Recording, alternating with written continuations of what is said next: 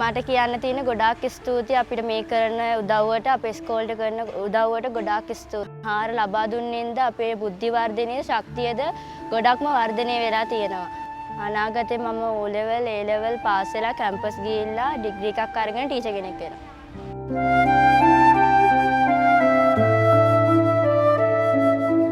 මගේ නම පෙත්නි මලීෂා රාජපක්ෂ ප්‍රතිරාජගේ දොන් පෙත්නි මලීෂා මම ඉගෙනම ලබන්නේ 11 ශ්‍රේණියේ මගේ ඉස්කෝලේ සී සද්ධර්මෝදය මහාවිද්‍යාලය. අපිට කෑම ප්‍රශ්නේ තිබුණා.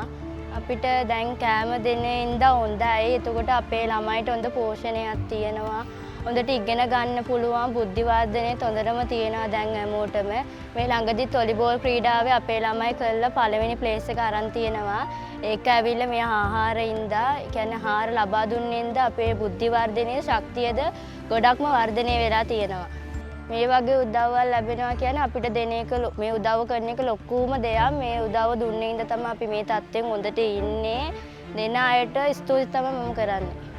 අනාගතේ මම O level A level pass වෙලා කැම්පස් ගිහිල්ලා ඩිග්‍රී එකක් අරගෙන ටීචර් කෙනෙක් වෙනවා.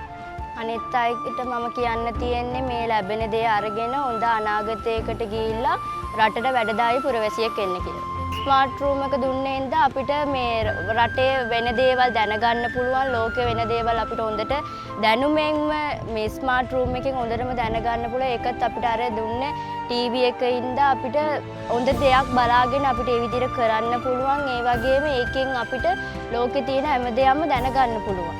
මට කියන්න තියෙන ගොඩාක් ස්තුතියි අපිට මේ කරන උදව්වට අපේ ඉස්කෝලේට කරන උදව්වට ගොඩාක් ස්තුතියි. මේ උදව්ව කරන ඔයාලා සියලු දෙනාට පින් සිද්ධ වෙත්තා.